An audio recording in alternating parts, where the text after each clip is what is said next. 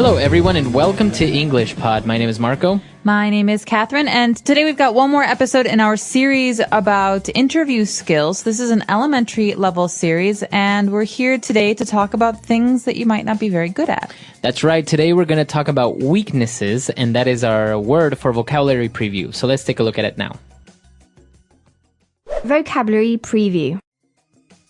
Okay, so what is a weakness? A weakness is a thing or an activity or something that you're just not very good at or something that you think you can improve. Okay, so obviously no one is perfect, and like we saw in the previous lesson, we had a lot of good things about ourselves, key strengths, and now we're going to talk about our weaknesses. Maybe you're a little bit lazy. That might be a weakness. That's right. So weakness is the opposite of strength, and that is the topic today. So let's take a listen to today's dialogue.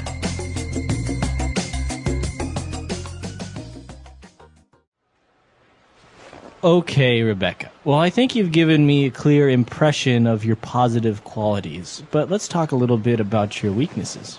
Okay, well, it's always more difficult to describe them, isn't it? Definitely. But if you had to pinpoint one weakness, what would it be? Well, as I mentioned before, I do tend to get frustrated if I don't see progress in my work or career. I suppose I'm quite a restless character. My father always taught me to be a high achiever, so... So would you say if things don't go your way at work, it could easily get you down? Well, in a way, yes. But I must say that even if I'm not completely happy in my work, I always give 110%. I would never shirk my responsibilities. I suppose sometimes I expect too much too soon. Well, you know journalism is a highly competitive world, so you do need to keep pushing yourself, it's true. Okay, well, let's move on to talk about the job position here, shall we? Yes, please.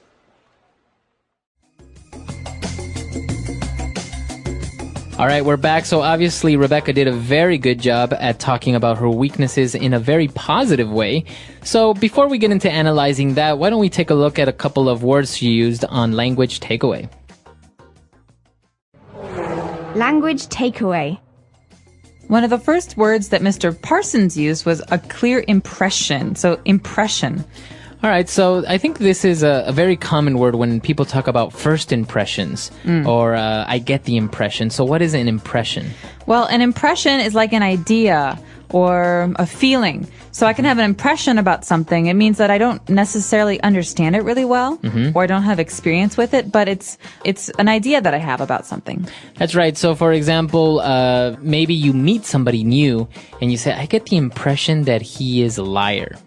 But maybe then you get to know him and he's not. So this is your idea about something or the way you feel about something. So in this case, Mr. Parsons has a clear impression of her positive qualities. That means that he has an idea or an understanding of the things that Rebecca is good at, but he wants to know more about her weaknesses. That's right. And Mr. Parsons asked her to try and pinpoint one of her weaknesses. So this word, to pinpoint. This is a great word. I'm not really sure where it comes from in English, but I think it's very visual. You can see what the word means. Pinpoint means to locate or identify or really be specific about something. That's right. So maybe if you go to the doctor and you say that your back hurts, the doctor might ask you to try and pinpoint where on your back you have the pain. That's right. So it's a way to be specific or very exact about something. Okay, so if she had to pinpoint something, she said, well, I do get a little bit frustrated. Okay, so frustrated is a way you feel. I feel frustrated. He is frustrated. It's basically a feeling that you get when you have to do something, but you don't think you can do it. Or maybe something annoys you and you get frustrated. For example, when people tap like this, and I'm working, I get frustrated because it's a distraction. Okay. So everyone has different things that frustrate them. Now, if we take a look at this word, it is actually an adjective, and we usually use it, you get frustrated, or as you said, you feel frustrated. So remember, it may look like a verb, but it's actually an adjective that ends in ed, frustrated, to get frustrated. He got frustrated, or we feel very frustrated. Okay. And, well, apart from being frustrated, she also said that she is a restless character. Okay, so someone is restless if they don't like to stay in one place all the time. That means someone who wants to move around or to go places or to travel or to see new things is restless. That's right. So she has a restless character. That means she likes to move around. She doesn't like to stand still in one place. Maybe she gets bored very easily.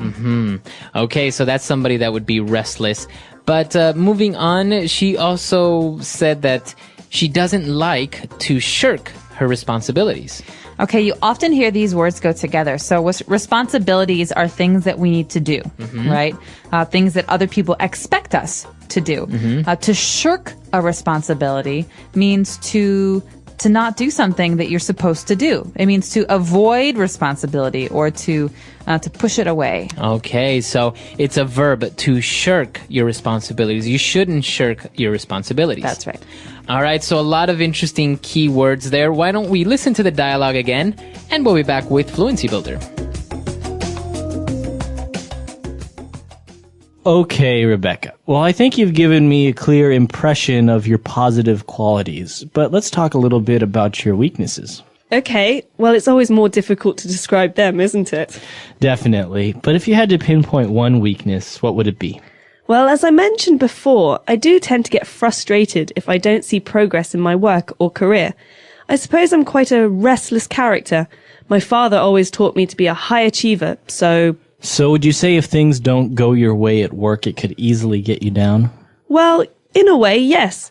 But I must say that even if I'm not completely happy in my work, I always give 110%. I would never shirk my responsibilities. I suppose sometimes I expect too much too soon. Well, you know, journalism is a highly competitive world, so you do need to keep pushing yourself, it's true. Okay, well, let's move on to talk about the job position here, shall we? Yes, please.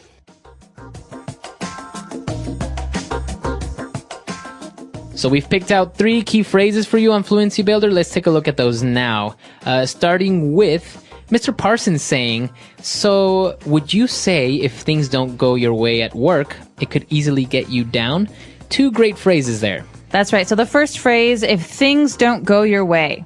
So this is kind of a funny phrase when you think about it because they go your way like to me or Right. What is my way? This basically means if things do not happen in a way that makes you happy or in a way that you expect. Okay, so we could say he lost his job, he couldn't pay his bills, things just didn't go his way. That's right. So things are not happening as he planned or as he expected. You can also say the opposite. So he won the lottery and he also met a really beautiful girl who wanted to be his girlfriend. Things were going his way. Okay, very good. So if things are going your way, it's good. If things aren't going your way, then it's bad. That's right. Okay, and so if things aren't going Rebecca's way, does that mean that it could easily get her down? Okay, so to get you down or to get someone down means to make you sad, upset, or frustrated, like that word we just heard. So you could ask someone like, Marco, what gets you down? Rainy days. That's a good one. Yeah, rainy days get me down too. So it's kind of a way of saying what makes you sad or depressed or what makes you unhappy. Or in this case, if something doesn't happen as you planned it, if it doesn't go your way, does that make you sad? Does that get you down? Okay, very good. So a very good question there. And she responded that kind of, yeah, that does happen, but she always tries to give 110%. Okay, so this is a really funny phrase because you think, I can give everything I have. I can work really hard, and that's 100%. But we say 110% means you do more than you can. It's like pushing yourself more than is possible. That's right. So this is a very common phrase in sports and business. People are saying, for example, I always remember my coach saying, I want you guys to give me 110% out there. That means like I really want you to try very hard to do as much as possible. Even more than your best, more than you think you can do. Exactly. So again, it refers to the effort that you put into something. It can be in business, sports, anything. And she's basically saying, I always do more than my best. I do as much as humanly possible. That's right. Okay, so a lot of great stuff there from Rebecca. Why don't we listen to her one last time, and we'll be back in a bit.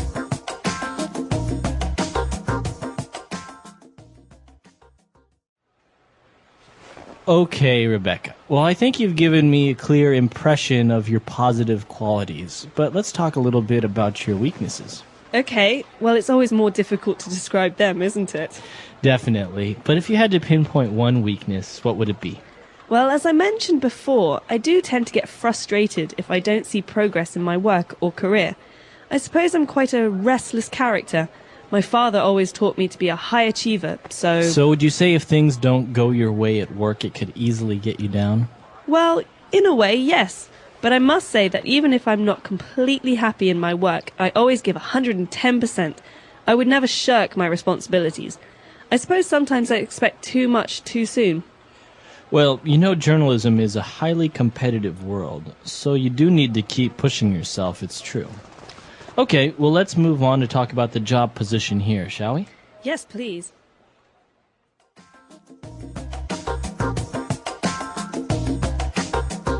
All right, so talking about weaknesses, I think one of the common mistakes when people talk about weaknesses is they say they work too much, and everyone says you should never say that in an interview. Yeah, I think it's a bad way to talk about yourself, because a boss or an employer really wants to hear a real weakness. And I work too hard is a way of saying, ugh, I have no weaknesses. I'm actually really, really perfect. And I just think it's a lazy answer. So maybe you should avoid saying I work too hard and really focus on things that you do have to work on. And then I think the key is to say that I know this is something that I have a hard time with. I know this is a weakness and I'm trying to improve it.